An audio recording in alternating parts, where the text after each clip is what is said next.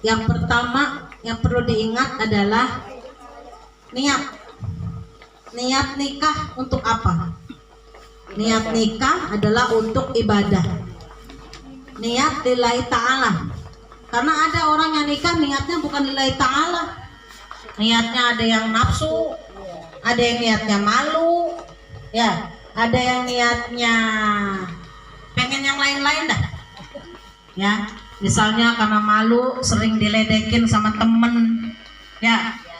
Kalau pergi kemana-mana suka diledek, ya kapan nikah misalnya, udah punya anak berapa, gitu. Malu dah tuh. Akhirnya niat nikah karena malu, bukan karena Allah Subhanahu wa Ta'ala. Jadi perbaikin ya. Jadi ini Dedi luruskan niat dulu. Niat nikah karena Allah.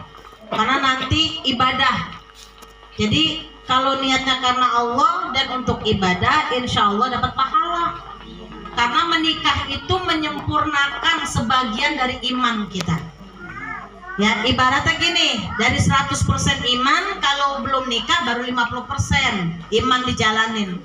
Yang 50%-nya lagi pas nikah. Ya, makanya niat lillahi ta'ala supaya bisa menyempurnakan iman. Itu yang pertama. Yang kedua, ya, nikah itu harus berlandaskan ketakwaan dan iman. Kalau orang nikah udah dilandasi iman dan takwa, insya Allah harapan sakinah, mawaddah, warahmah tercapai. Ya, kalau kita niatnya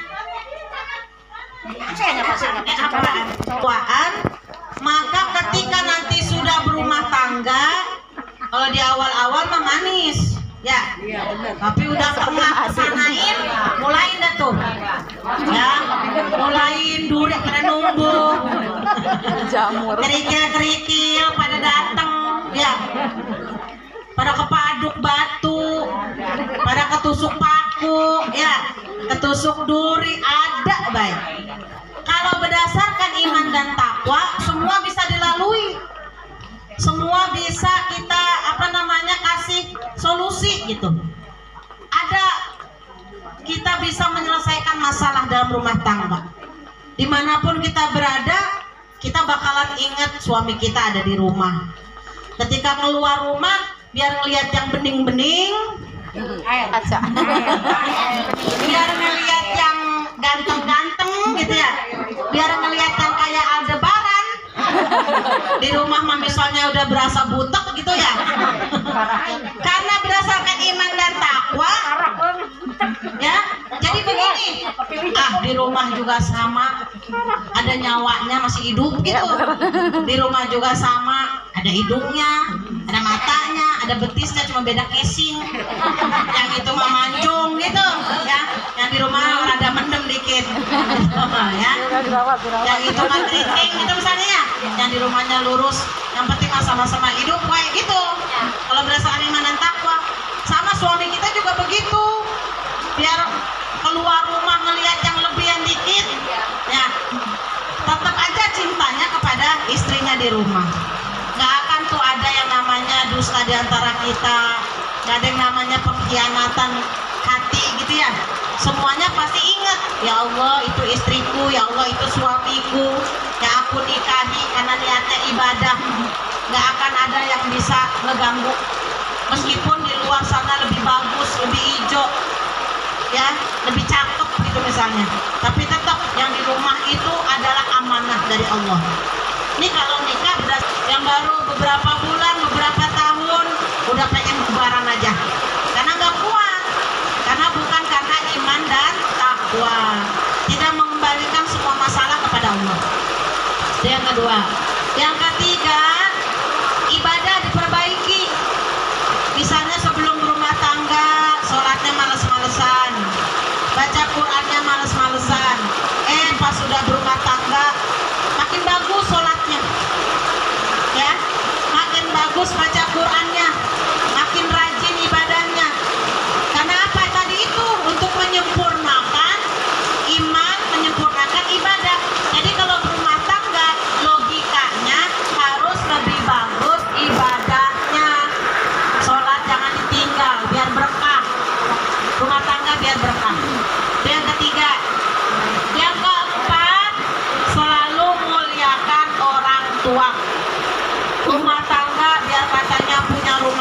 uang, megah, punya mobil, ya punya harta, istri cantik, punya jabatan, punya kedudukan, tapi tidak memuliakan orang tua keduanya, maka rumah tangga itu kayak neraka. Ya, tetap tidak jadi pahala di hadapan Allah, malah akan sia-sia. Ya, jadi hartanya nggak berguna, istrinya juga nggak berguna, suaminya juga nggak berguna, nggak bernilai ibadah. Karena apa? Kedua orang tuanya tidak dimuliakan, tidak dihormati, tidak dihargai. Jadi meskipun sudah berumah tangga, tetap orang tua itu nomor 2 setelah Allah. Kata Allah, anishkurli wali walidaika ilayal masir.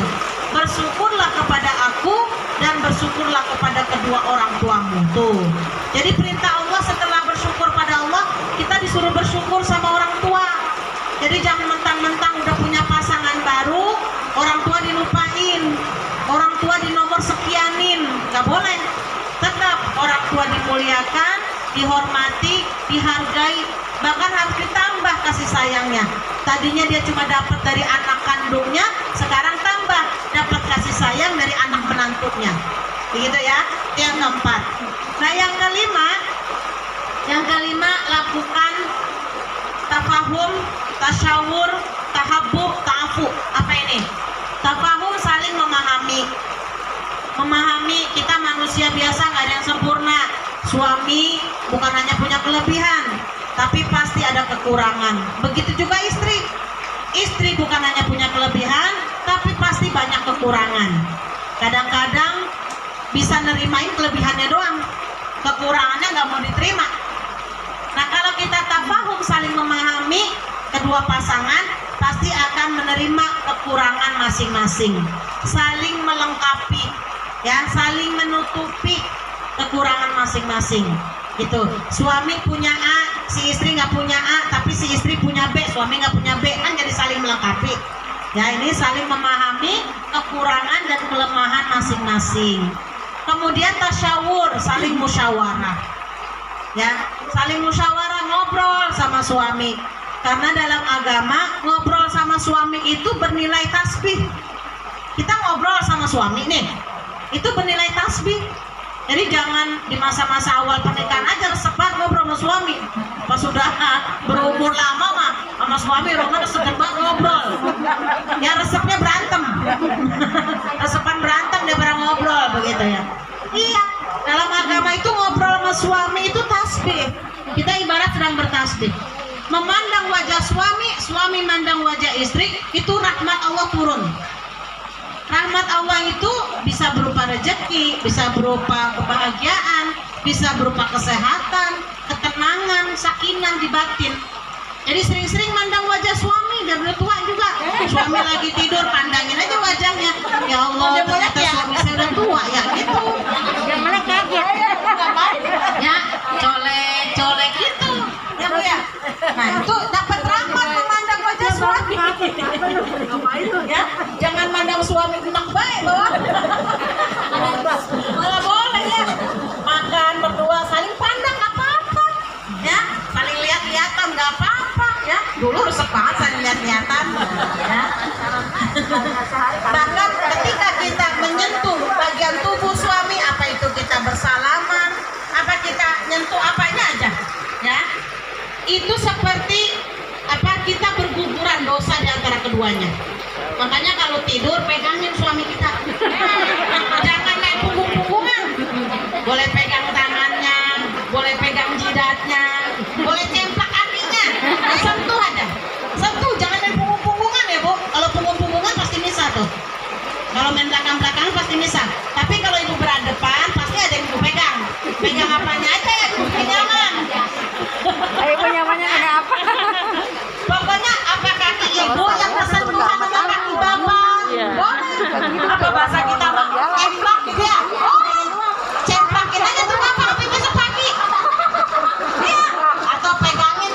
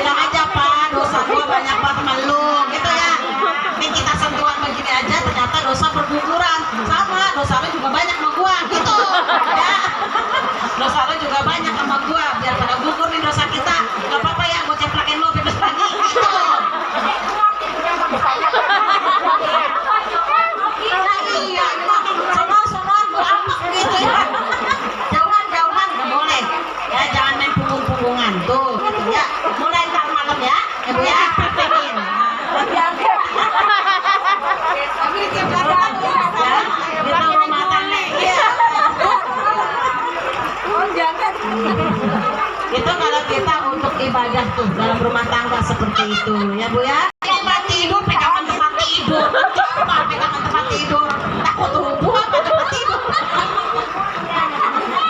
Ya pegangin si bapak yang kenceng ya. Ya kalau minta layanin ya, dapat pahala malah berlipat ganda. Nah ini ya, jadi sekali lagi harus kita saling tafahum, tasyawur, ta'afu, saling memaafkan. Ya, kita punya salah sama suami, suami punya salah sama kita, pokoknya mah saling memaafkan. Ya, saling minta maaf. Nggak boleh kita marah sama suami lebih dari 3 hari, nggak boleh. Ya, itu nanti malaikat rahmat juga mau masuk ke dalam rumah. Kalau kita berantem sama suami lebih dari, jangankan 3 hari, lebih dari 3 jam aja, malaikat rahmat enggak masuk ke dalam rumah kita. Tuh, ya. Ngapain malaikat rahmat segan, males, bininya cembetut, suaminya cemberut, orang lagi pada marahan. Ya, males malaikat rahmat masuk. Jadi nggak boleh. Ta'afu, ketika ada permasalahan cepat-cepat minta maaf. Ya, nggak boleh kita egois. Kalau suami masih kesal, kita duluan minta maaf.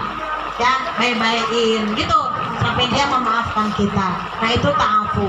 Nah, kemudian tahabu. Tahabu ini kita setia sampai mati, bukan cuma cinta di awal, tapi setia sampai mati. Mudah-mudahan bukan hanya ketemu di dunia, tapi juga kita ketemu lagi dengan suami kita di akhirat. Begitu ya, cuma maut yang memisahkan gitu ya. Artinya kita jaga harga diri kita untuk suami kita ya. Meskipun suami kita misal sudah berpulang, juga tetap kita jaga kehormatannya gitu ya. Artinya mudah-mudahan pernikahan itu, rumah tangga itu menjadi sarana untuk kita ibadah kepada Allah Subhanahu wa Ta'ala. Ya Ibu, mungkin hanya ini dapat saya sampaikan, mudah-mudahan manfaat, mudah-mudahan menjadi bekal dan menjadi pengingat ya untuk kita. Karena watawassaw bil haq watawassaw bis sabr, kita saling mengingatkan di dalam kebenaran dan di dalam kesabaran. Marilah kita tutup dengan doa.